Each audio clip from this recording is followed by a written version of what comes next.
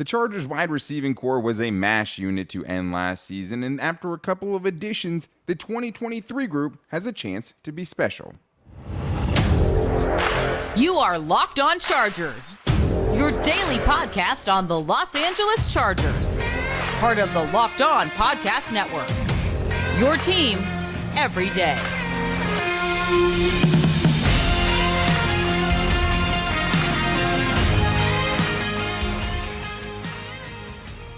What is up, and welcome into the Locked On Chargers podcast. I'm your host, Daniel Wade, joined as always by my co-host, David Drogemeyer. And we've been covering the Chargers now for 7 seasons now, coming up on 8.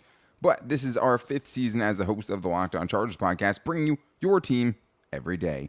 Thank you guys, as always, for making this your first listen today. And to make sure you never miss the show, go subscribe to the Locked On Chargers YouTube channel and follow the show for free wherever you get your podcast from. David, on today's show, we're getting into wide receivers, had to get our position group breakdown in and talking about why this group has a chance to be special, but it's going to have a lot to do with the dynamic duo staying healthy, what the impact of Quentin Johnston will be, and also, are we forgetting too much about Joshua Palmer, right? Because he had a big step up in year 2. But when we were talking about this position group, David, the one thing that kept coming to me is just like, man, like, even though it all fell apart last year, like now with Quentin Johnston in the mix, you have Derius Davis in the mix, maybe more health on that side. Like, to me, this is a group for the Chargers, which is, maybe their deepest group, which we'll get to, but like this group to me has a chance to truly be special. Yeah, I mean, I couldn't agree more, just because you look at this collection of talent and it's not just them all be talented, it's the way that they can attack you and all of their different skill sets and how they really complement each other.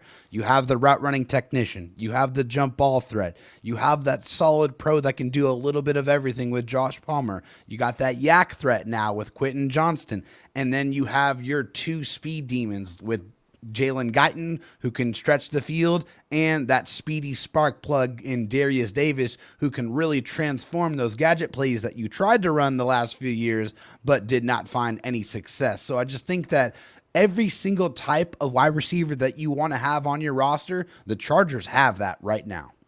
Yeah, and they made it a much more well-rounded unit, of course. I mean, the problem is only 3 guys can be on the field at the same time, right? But that's a shame. Yeah, for sure. I mean, well, that's not technically true, right? You could have 5 wide receivers out there potentially. We'll see what Kellen Moore can cook up. But I think with Keenan Allen and Mike Williams, that's a big thing, because it's like, if you're looking at it like this, if you're talking about what makes this unit special, I think you look back to 2021 when Keenan Allen and Mike Williams both had 1,100 plus yards. They combined for 2,284 in total and 13 touchdowns. And then you add the last year's version of Josh Palmer, right, who had more opportunities, but Josh Palmer definitely took a step in 2022. And I think if you're looking at where is the deepest part of the Chargers roster, David, I think you could honestly say, I mean, what's the deeper position group right now for the Chargers? Where do they have more depth than they do currently at wide receiver? Yeah, I mean, that's a great question. I don't think that there is. I don't think there is another position group. I mean, you have more bodies maybe at defense on the defensive line, but like bodies. But if we're talking about top end talent, just quality from top to bottom, the length of your lineup, right? Yeah. As baseball players would say, exactly. That's a hard middle of the order to get past. I mean, your top 1 through 6. I mean, are all guys that can do damage for you, and I think it was very important for the Chargers to learn from their mistakes of last year, where you had guys that you were bringing in from the practice squad, guys that you signed off the street from the XFL that were playing meaningful snaps for you last year, where you made the decision to only keep 5 wide receivers. Yeah. That was a big no-no, a big problem. It reared its ugly head multiple times last season. So them making a concerted, concentrated effort to improve that group and provide that depth, I think is good for the organization, because it shows that they're learning from their mistakes. One, I think it just, if Quentin Johnston can really show up and have an impact, and we'll talk about, how he can potentially in segment 2. If you're adding that to a fully healthy Keenan Allen and Mike Williams for a season, man, like, because the thing is like Josh Palmer is your wide receiver 3. I think would have been fine last year. I think you would have been even above average potentially last year.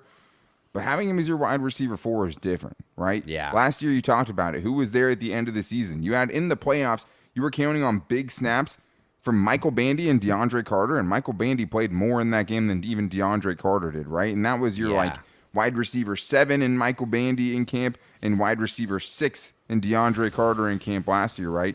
Now you're talking about this year, your wide receiver 5 is either Jalen Guyton or Derius Davis, right? Your wide receiver 6 is whichever one of those guys you don't pick, right? So, like, the length of this is so much better than it was last year. The depth of this is so much better than it was last year that it makes you feel better. The Chargers are learning from their mistakes, right? And we'll talk about later, even at the end of the show, there's a couple undrafted free agents who might make a push for this roster, right? And it's going to be really, really tough. But even having those dudes on the practice squad would be great because the Chargers were down to practice squad guys. Like, they were using Jason Moore. They had John Hightower. They were using Michael Bandy. Like, you don't want to see those names again. And if you are having to bring up guys, you hope they're guys you're stashing away. But at the end of the day, it's going to come down to one thing. Like, this group can only be special if their 2 top guys come through the way we've seen them in so many other seasons. And it's the dynamic duo of Keenan Allen and Mike Williams. And it's just the biggest thing, the biggest question mark for this position group as a whole, David, is just, can those guys stay on the field together? Right. And it's just health as a whole, right, for everybody. I mean, it's not just those guys, but those guys are your stars. Those are your paramounts. Those are the guys that you need to get the most. You can get away with Jalen Guyton being hurt, though. Right, exactly. If Keenan Allen it gets hurt, this is just not the same team. Like, and that showed itself last year when Keenan Allen was not on the field versus him coming back and him going straight back to being the number 1 wide receiver with the most targets and the most catches, and him, still being an absolute demon on third down. Like, he's still Justin Herbert's favorite target. He's still the most comfortable with him. And also, he always goes to Mike Williams in the big moments. I mean, if those guys are on the field, they make plays. They make this offense go. They make this offense so much more difficult to defend because, I mean, hey, you'd be, hard-pressed to take one of those guys away. You're not going to be able to take both of those guys away, and then that's just going to open things up for the other weapons that are running routes for you as well, because those guys demand so much attention, and it's a large part of the defensive game plan that you can't forget about them. So that's why the depth of this and the length of the amount of receivers you have at your disposal is so intoxicating and so fun to talk about, because there's so many different ways that the Chargers can attack you, and you just have to figure out how they're going to do that. Yeah, I mean, Keenan Allen last year played only 45 snaps in the first 9 games, going back to that Bill Barnwell offensive arsenal, clip that we were talking about, the article we were talking about last week. This was the other interesting thing he put. Mike Williams, right, last season averaged 86, or the last 2 seasons, 86.8 receiving yards per game over the first 5 weeks of the 2021 and 2022 seasons, and only 62 yards per game after that, right? So can he finish strong, right? Obviously, last year he finished the season injured, and that was not his fault. It was just a freak thing that happened because of a bad decision by Brandon Staley, in my opinion.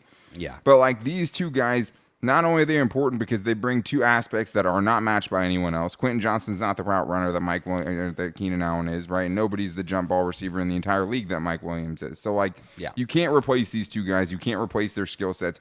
Josh Palmer is great as depth because he can do a little bit. Maybe he can get you by for a short time. Yeah. But this unit is only special if you have those top 2 guys at the top of their game, still getting another fully productive year from those 2 players. And I think the other important part of that is it makes Quentin Johnston not have to be wide receiver 2 in week 3, not have to be wide receiver 1 in 2023. Like, that's important, I think, for the growth of him. If he does it and he gets out there and he just can't be denied the ball, of course, like, let him bloom. Sure, of course. But let that happen organically and not have to get thrown out of the frying pan and into the fire before he's maybe not ready. Well, and the health of Quentin Johnston is, so important too, because we're going to talk about it. Like, he brings something to the table that nobody else brings besides him, right? That's right. Like, he is super important as well.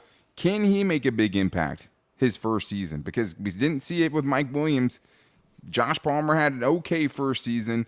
Keenan Allen, on the other hand, had a 1,000-yard season as a rookie. So what will Quentin Johnston's impact be for the Chargers in 2023? Can he get enough of the ball behind those 2 other guys to have a large impact? We're going to get into that coming up right after this. Before we get back to the loaded wide receiver group, our partners over at eBay Motors have teamed up with Locked On Fantasy Football host Vinny Iyer to bring you some of the best fantasy picks each week all season long. Whether you're prepping for a draft or scouting the waiver wire, every week we're going to provide you players that are a guaranteed fit on your roster. So, with draft prep underway for the upcoming season, let's see who Vinny has picked for us in this week's eBay's Guaranteed Fit Fantasy Picks of the Week. When making the first overall selection in fantasy football drafts in 2023, 49ers running back Christian McCaffrey is a guaranteed fit. A healthy McCaffrey is guaranteed to see well more than 300 touches again in his first full season in San Francisco and is the centerpiece of the 49ers offensive engine. McCaffrey checks all the boxes including his talent and usage, high floor and ceiling, run with CMC as the guaranteed fit and number one for a smooth ride to another year of big numbers. Vinny Iyer from Locked On Fantasy Football is going to help you guys win your fantasy championship, and eBay Motors knows a championship team is about each player being a perfect fit. Same with your vehicle. With eBay Guaranteed Fit and over 122 million parts and accessories for your vehicle right at your fingertips, you can make sure your ride stays running smoothly. Air filters, brakes, batteries, taillights, alternators, shocks, struts, you name it, eBay Motors has it. And they'll make sure it's the right fit for your car because eBay Guaranteed Fit helps you understand exactly what part you need for your vehicle the first time. I don't know anything about cars. This is perfect for me. So go forth, switch gears, crank the AC, and say goodbye to sweating if your ride needs a little fixing up because now you'll know you'll always be set up for success from the get-go with eBay Guaranteed Fit. Everything your vehicle is calling for is just a click away. For the parts and accessories that fit your vehicle, just look for the green check. Get the right parts, the right fit, and the right prices at ebaymotors.com. Chargers country, let's ride. eBay Guaranteed Fit only available to U.S. customers. Eligible items only. Exclusions apply. All right, well, continuing to break down this Chargers wide receiver group. Thank you guys for checking out today's show. On the next show on Friday, while I'll still be in Mexico, we will be talking about the Chargers who are coming up on a contract season or contract year, right? A lot of players with a lot of money to be made if they perform in 2023 to be made in 2024. But thank you to the everydayers out here. We'll know you guys will be back with us on Friday. Let's get back to this wide receiving core, David, because I do think Mike Williams and Keenan Allen, like having Quentin Johnston makes it so hopefully you miss those guys less, right? Especially, Yes. you know, if you have to survive for a small amount of time, right? I think he could be able to do that. And I think having all three of them, though, makes this unit special. But what was impact be, especially if all of them are healthy, right? Because, like, obviously we could see him putting up some big numbers if it's just a necessity thing and he has to get out there and he becomes wide receiver one in week 3 and you banged up with your other two guys, right? But, like, can he make a big impact? Because there's one thing we've seen, David, with the Chargers wide receivers, especially, like, it doesn't always work out the way you think it will in year one. Like, can he have a big impact? Can he be a hugely productive player right away for the Chargers offense? Yeah, I mean, I think the Chargers certainly drafted him in the first round to be that, right? But also considering the first two guys that you have with Keenan Allen and Mike Williams, like we were talking about earlier, I do think that takes some of the pressure off of Quentin Johnston. Yeah. But also the reason why I feel like he can be productive right away is why the Chargers brought him in the first place is because of his ability to get those yards after catch. Even if the defensive teams are doing what they did all last year and the year before that, trying to keep the roof on the coverage and not letting, your guys go deep and beat you that way, you have a guy now that can go underneath and make defenses pay because he turns into a running back when he gets the football in his hands, and he is really creative and he's very strong and he's a lot faster than you expect. So that's why I feel like Quentin Johnston, if he is utilized in that capacity, can really be effective right away because of the gifts that he brings to the table. Yeah, and I mean, I know no one was blown away by his 40 time, but he is also faster than Keenan Allen and Mike Williams, right? He is a more legitimate deep threat in that aspect, even though Mike Williams, can make a bunch of big plays just if you throw it up to the ball to him. So it's different, but like he is the more legit, more prototypical deep threat and has the ability to stack, defenders with his big body and has the ability to, once he gets to that full speed, just absolutely run away from people, which you just don't get from those other two guys. I think his skill set earns him a significant amount of targets as a rookie. He should be battling with Josh Palmer as we see it right now as far as who's going to get the majority of those snaps, even though I'm sure they'll both be, involved in some way or another, right? But, like, I think his game speed's faster than his 40 time, like we've talked about, right? Yeah. But yeah, the 9 yards per catch after the catch, right? 9 yards after the catch per catch. Like that is why he's getting on the field. Being the 45 6'2", missed tackles, right? Yeah. Right. Like he's an explosive leaper. He has a crazy catch radius. Like that's the cool thing about him is like it just feels like there's parts of his game that are totally untapped. Yeah. But I think when you maybe, he is that guy who can go up and get it in the end zone eventually. Like that's what he's been showing in OTAs, right? He's going out and making crazy one-handed catches. He's got super long arms. He's really toolsy, man. He's just really toolsy. Stupid tools, of course. And like the other thing is too is like has a chance to be a really good run blocker too. Like is big enough, is big strong frame. enough, is athletic enough to move guys out of the way and connect on guys and make an impact in that. And the Chargers will be trying to get much more as far as the blocking goes from the receivers. I mean any way that you can improve this run offense is something that you want to look at because the Chargers run offense just as an efficiency type of metric, it just hasn't been that great. And the blocking from the wide receivers, I think, hasn't been the best. I mean, you have a couple of guys that can do it. I mean, Keenan Allen, I think, is a pretty decent run blocker as a wide receiver. Mike Williams definitely has the frame and the body to do it as well. But I do like that. I do like that aspect of bringing Quentin Johnston in and seeing how he can help you in that aspect of it as well. I just think it is a part of his game that can turn into something that could be beneficial. But I also feel like, speaking of that, the contested catch part of his game, that's definitely something I'm looking forward to seeing how that develops and how that's going to be utilized later on in the season. Yeah, because those are, I think, considered weaknesses or at least not playing up to his size coming out, right? But, like, he has shown the ability, to do it. Like, he has moss dudes before. He has crazy jumping ability. He has crazy long arms. Yeah. But at the same time, David, like, I know we're talking about him being a first-round pick and that itself being enough to get him on the field, but, like, it's, the Chargers spent the 7th overall pick on Mike Williams, right? Like, they had every incentive to get him heavily involved. He had more competition than, Tyrell Williams. Yeah, Keenan Allen in the mix, but, like, he had 11 catches for 95 yards. Josh Palmer had 33 catches for 353 yards.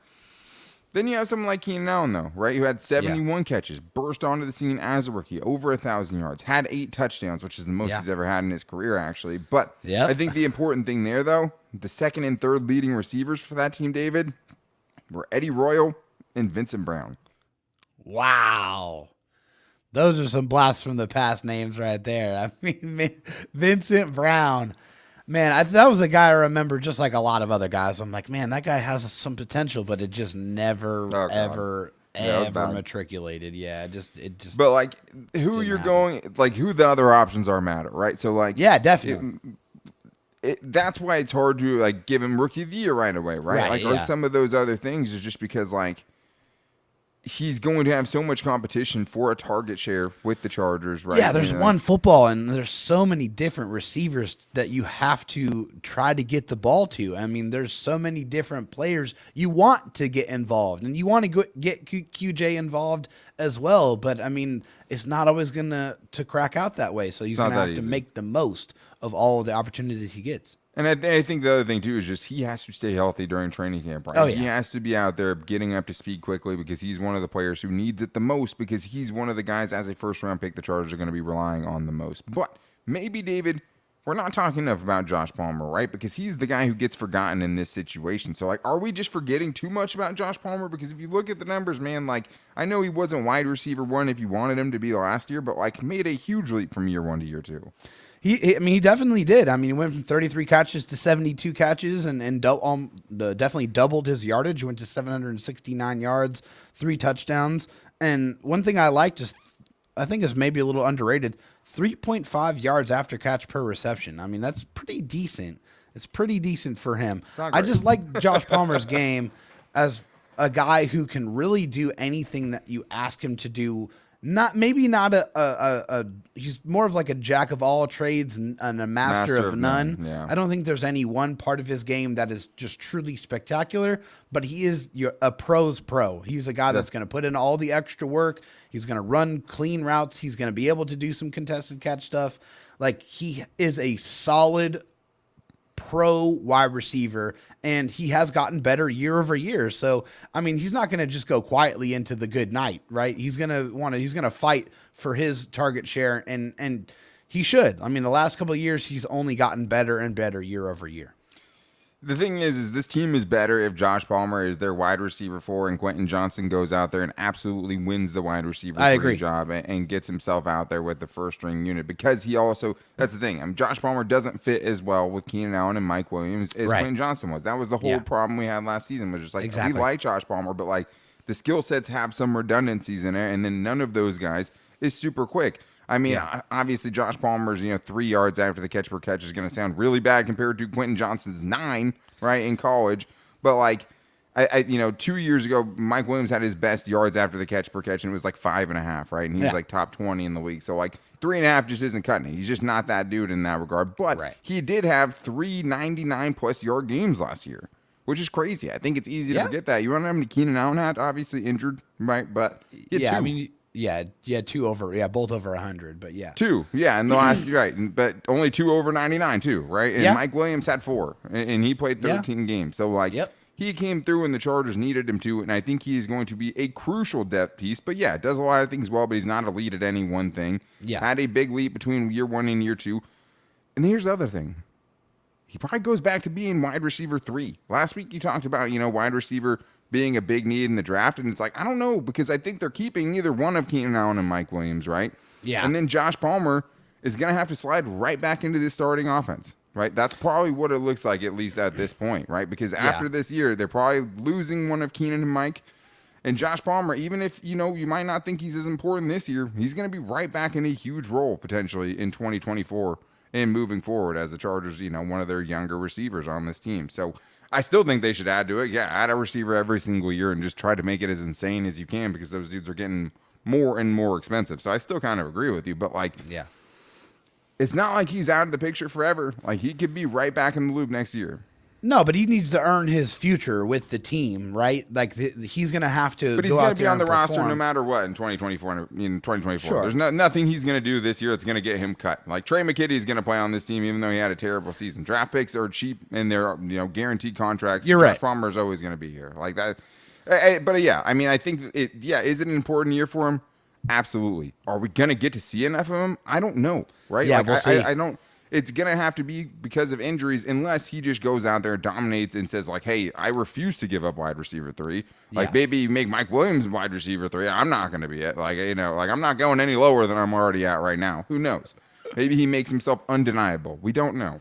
At the same time, if he's your wide receiver 4, it's looking like a pretty deep unit, and including a couple of guys we haven't even talked about. The speedsters of the group, Derius Davis, Jalen Guyton. What would their role be in 2023? And a couple of guys even pushing as undrafted free agents to make this squad. And we're going to get into them coming up right after this.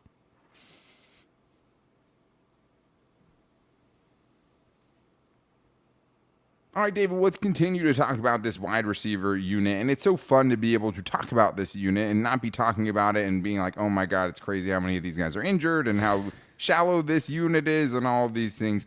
That was all last year. Very deep unit, right? It feels very deep at this point, and it even feels like there's some guys that are going to be pushing for roster spots that could even help, the guys on your practice squad and improve your depth there. But we haven't talked about the speedsters yet. Derius Davis and Jalen Guyton. Derius Davis, I think the biggest thing with him, David, as far as how we're breaking out and sussing out and fleshing out the rest of this unit, is just what his role is going to be offensively. He had his best year as a receiver last year, but like, we didn't talk about it with Quentin Johnston. We should have. That dude can take screens and take it 40 yards, right? Like, and that's something he brings to the table. Derius Davis has a little bit of that in him, and we've seen him do it. And as the fastest wide receiver in the draft, like, you wonder how Kellen Moore is going to kind of play with this weapon. Yeah, I mean, it's got to be exciting. It's got to be fun for him, right? Just to be able to see an athlete and have an athlete of this caliber. I mean, this is the fastest receiver the Chargers have had in a very long time. I mean, this is I can't remember who would be faster than him. Yeah, I don't know. Yeah, maybe Darren Sproles, maybe. I mean, I don't know. He's just so short. It'd be hard to believe. That's what I'm saying. It's really tough. But, I mean, Derius Davis is a true, like, sudden athlete. Like, he can absolutely fly. So he's obviously brought in primarily to be that kick returner, punt returner, but it's going to be on him to be able to carve out or see what role he can carve out on this offense. I think initially you see him as that gadget guy, as that guy you expect to be able to take those screens, those little shovel passes, those trick plays and to be able to go and make the most out of those. At least, and I think at the very least, when you do those trick plays, you now have an athlete that can take it to the house, as opposed to before when you don't really feel like you had that threat. Yeah, and I mean, I was always telling people to be a little bit more cautious as far as just getting your hopes up that this dude is just going to be a burner who's running go routes and just burning dudes down the field, right? Last year, only 3 catches of 20-plus air yards, where he was targeted from. The nice thing is he's a legit home run threat, so you don't need to throw it to him 40 yards down the field for him to be effective. Right. The problem is, I think for me, is like, besides that ability of just straight up speed, like, Quentin Johnston's better with the ball in his hands than Derius Davis is, right? So, like, are you taking the ball out of Quentin Johnston's hands to put it in Derius Davis's hands? I don't know. Like, because he's good at those same things. He can take a jet sweep and make someone miss, or run a drag route and make someone miss and take it to the house like he did against Michigan, right? Sure. But the nice thing is he showed some chops as an actual receiver. I think, how much are they going to want to use him as a 5'8", 165-pound player when he is your main and premier return man, right? Like, are you going to risk your main punt returner? They obviously did it and didn't mind doing it with DeAndre Carter, but I think a lot of that was necessity-based as Definitely well. necessity. They've showed the ability, willingness to give guys these opportunities. Kellen Moore will throw wide receiver screens. At least you have a couple of guys now that you'd feel a lot better about it in their hands, because at least they have a chance to kind of change the game in one moment. Exactly. Jalen Guyton has changed games. Jalen Guyton is a big play threat, a traditional, 6 foot, over 6 foot, the Chargers covet, right? Yeah. 4'3" guy, 4'3", I believe is what it was. Yep. But, David, for me, like, I'm very excited they have Jalen Guyton back in the mix, but only 3 or 4 receivers are getting on the field at the same time. How does Jalen Guyton get snaps in 2024 or 2023 with this unit? Yeah, I mean, first and foremost for Jalen Guyton, it's just that it's proving that he's 100% fully healthy. Obviously, right? He's returning from an ACL injury. And, hey, anytime you have a leg injury with a guy who's his bread and butter is straight line speed, it's definitely a concern. It's something that, you got to be able to see. And I think that's probably what took the Chargers so long to eventually bring Jalen Guyton back into the fold, is they had to monitor the health and make sure that he was on a path that would make him available and be ready for training camp and inevitably this season. So it's going to have to be him proving that he's healthy, and then he's going to have to go out there and do what he did before, and that's catch the deep bombs, the 30, the 40, the 50, the 60-yard bombs, where he can clearly, if he's right, he can outrun pretty much anybody on the football field. I do feel like his route running got better. I do feel like he was used in some higher leverage situations a couple of times last year. So we need to see those things continue to develop for Jalen Guyton to get his share of the targets. Yeah, I mean, it's just he's at best wide receiver 5. Right? Like, he brings a different skill set, but like Brandon Staley's talked about the adverse effects of having a guy on the field where you know what he's going to do. He's not a yak guy, really, maybe a runway yak guy in the right situation. He's not a gadget guy. He is a straight line guy. I don't know. I mean, he was buried on the depth chart last year pre-Quentin Johnston. So how does this dude get snaps in 2023? It's going to be really interesting to see, because he is a nice commodity, right? And I mean, 2020, 2021, he combined for 59 catches, almost 1,000 yards, 6 touchdowns, and most importantly, 6 catches of 40-plus yards. Yes. He was a legit deep threat. He can get behind defenses. I just don't see how he gets on the field a lot in 2023. It's going to be very interesting to see. But the undrafted free agents are an interesting group as well, because you have guys like Pokey Wilson from Florida State, who's been tearing things up in OTAs, and it's like a fun player to root for. You have guys like Terrell Bynum, another UDFA. You brought in Darius Shepard, who's a kind of a same vein as the DeAndre Carter, Derius Davis role. I think the hard thing with this group is like, no matter how well they play, are you going to bump off Jalen Guyton for Pokey Wilson, who ran like a 4.7 40? I don't know. Like, it depends, I think, what they value in that skill position group. It's going to be really, really tough for some of these guys to make the roster. I think Darius Shepard's in the mix because he's another guy you can throw out in returns for preseason games and stuff like that.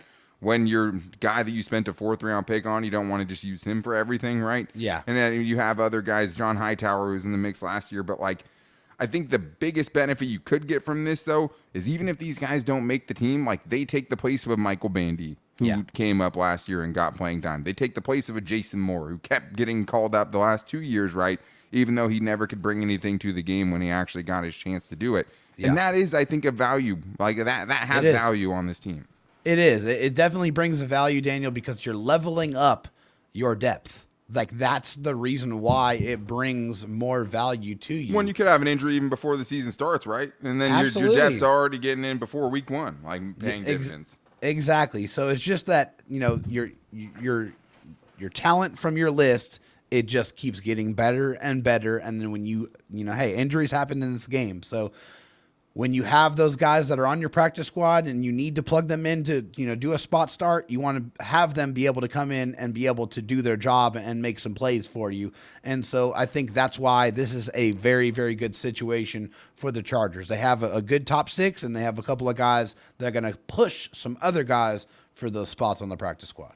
That's what all we can hope, man. But it looks like this group is in a much better position. And after how it affected the end of last season for the Chargers, it was something that had to be addressed. And this is one of the groups I feel absolutely the most confident in, because as we keep going through these position group breakdowns, there's some that I don't have nearly as much confidence and don't have nearly as much depth as this wide receiver group, who, again, I think could be special with this year. Right? With this window that they have, I'm excited to see it. Maybe the most excited I am for any position group. But that's going to wrap things up for today's show. We'll be back with you guys on Friday, even during vacation. As everydayers know, we do whatever we can to always be here for you guys. And we'll be talking about guys who are going into contract seasons. Austin Eckler, Michael Davis, the X factor of the offense, Gerald Everett. A ton of guys who have a lot to prove and a lot of dollar signs and zeros they could be adding to their game day checks if they perform in 2023. So we're going to get into those guys. But to make sure you don't miss it, go follow or subscribe for free in the Locked On Chargers YouTube channel, and also follow the show wherever you get your podcast from and listen there as well.